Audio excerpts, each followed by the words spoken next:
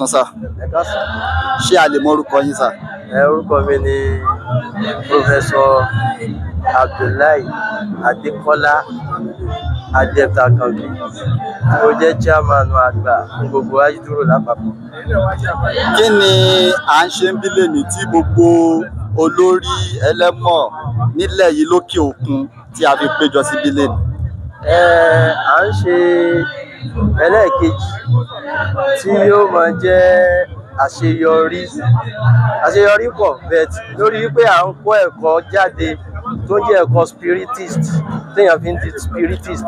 Oúnjẹ ẹlẹ́ẹ̀kejì nínú ààyè ìkẹ́kọ̀ọ́ ti Ajiduro Rohani tí ó ń bẹ ní under RFUK. Eléyìí ló ń jẹ́ ẹlẹ́ẹ̀kejì graduation tá a máa ṣe Gẹ́gẹ́ bí spiritist. Gẹ́gẹ́ bí aṣíwájú nínú ilé ẹ̀kọ́ náà àti bí olùkọ́ tó jẹ́ pé ó tún wọ class, ó tún kọ́ ọ̀pọ̀lọpọ̀ àwọn ọmọ níbẹ̀. Àwọn ọmọ tí wọ́n lọ yìí, àríwòye wo lẹ rí sí? Ṣé wọ́n gbégedé láti sọ yìí pé a recommend wọn pé wọ́n ṣe tán, wọ́n jáde kúrò nínú ilé ẹ̀kọ́ náà?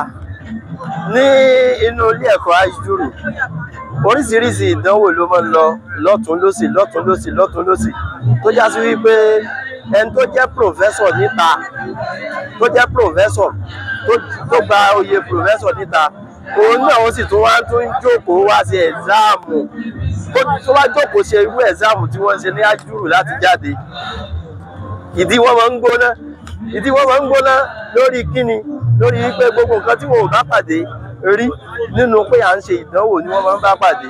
Tó fi já sí pé kéèyàn tó lè kẹ́kọ̀ọ́ jáde ní ààyè yóò kọ́kọ́ ṣe àwọn ẹ̀záàmù, àwọn ìdánwò tó tọ́ àti tó yẹ níwájú bàbá wa ẹ̀mí àgbà.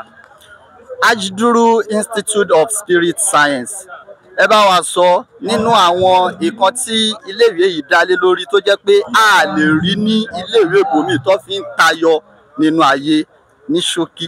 Ohun tí Ajiduro tó fi ń tayọ gbogbo ayé ni wípé Ajiduro jẹ́ ààyè ibì kan tí wọ́n ti ń liberate gbogbo ayé, tí wọ́n ti ń liberate èèyàn, tí wọ́n ti ń mú èèyàn kúrò nínú òkùnkùn bọ́ sínú ìmọ́lẹ̀, tí wọ́n ti mú irọ́, tí wọ́n ti fi irọ́ hàn pé irọ́ leléyìí, tí wọ́n sì fi òótọ́ àwọn èèyàn wípé òótọ́ leléyìí. Èyí ló fi já sí pé gbogbo àwọn èèyàn pátápátá wọ́n ń kúrò láti ibì kan láti wá kọ́ ẹ̀kọ́ yìí nígbà tí wọ́n rí wípé ẹ̀kọ́ òótọ́ ni, ẹ̀kọ́ òdodo ni. Bákan náà gbogbo ohun tí ń jẹ́ alágbára láyé wọ́n tún wá ń tẹ̀ sí abẹ́ ilé ẹ̀kọ́ yìí ni, látàrí wípé wọ́n rí tí wọn ò rí nínú agbára, torí pé agbára tí wọ́n ní kò yé àwọn náà. Wọ́n kàn rí pé àwọn ń lo nǹkan yẹn ni, kò yé wọn sí. Ẹ̀kọ́ inú iléèwé Ajiduro inú wọn ti ṣàlàyé gbogbo nǹkan tí ń bẹ lọ́wọ́ wọn.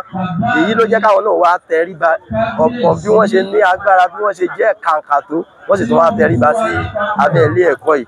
Àwọn yẹn tó jẹ́ nǹkan tó já sí pé ẹ̀ lè rí ìta tó ń bẹ nílé ẹ̀kọ́ yìí nìyẹn. A rí i pé ilé ẹ̀kọ́ yìí ó ṣe graduation ní last year. Láàárín last year sí year yìí, oríṣiríṣi ariwo la ti gbọ́, oríṣiríṣi atẹ́gùn ìjì ló ti jà. Ǹjẹ́ ilé ẹ̀kọ́ yìí ṣó tiẹ̀ tún lọ síwájú ni àbí látara ariwo yìí ṣe ló ń padà sẹ́yìn? Ilé ẹ̀kọ́ yìí ó ń tẹ̀ síwájú sí even àwa tá à ń gbà yàn, tá à ń ṣe admission, tá a jẹ́ board tá a wà ní ìdí admission, ó ń sú wa láti gba àwọn èèyàn mọ́. A tún sọ pé kò sáàyè mọ́ ni tí ọ̀pọ̀lọpọ̀ tó ń bẹ̀bẹ̀. Even admission tá a tún ṣe next year ní 2026 orúkọ wọn ti wà nílẹ̀ tá a yìí ní hold on. 2027 orúkọ wọn wà nílẹ̀ tá a ní hold on, torí pé táwọn kan ò bá lọ àwọn míì ń wọlé. tó fún bí eléyìí tójú pé tẹ́tẹ́ pé rèé tá náà ṣe yọrí lórí eléyìí, ẹ bá wa sọ̀rọ̀ ọpẹ́ àti kẹsì bá wa dúpẹ́ fún àwọn bàbá. A dúpẹ́ fún alákọ̀ọ́kọ́ pẹ́ tá àkọ́kọ́ jù ní ká dúpẹ́ fún àwọn ẹ̀mí mímọ́ Ọlọ́run, àwọn ẹ̀mí olórí, àwọn ẹ̀mí aláàánú. Oore tí wọ́n fi gbà wá. Bákan náà a dúpẹ́ lọ́wọ́ bàbá wa ẹ̀mí àgbà, bàbá tó ṣe pé wọn ò dá jẹ, wọ́n fọ́n oore náà káàkiri.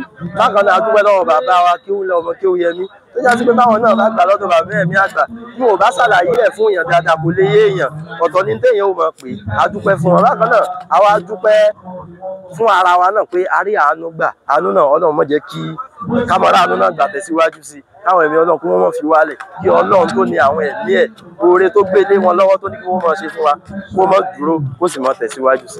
ẹ ṣeun gan sà.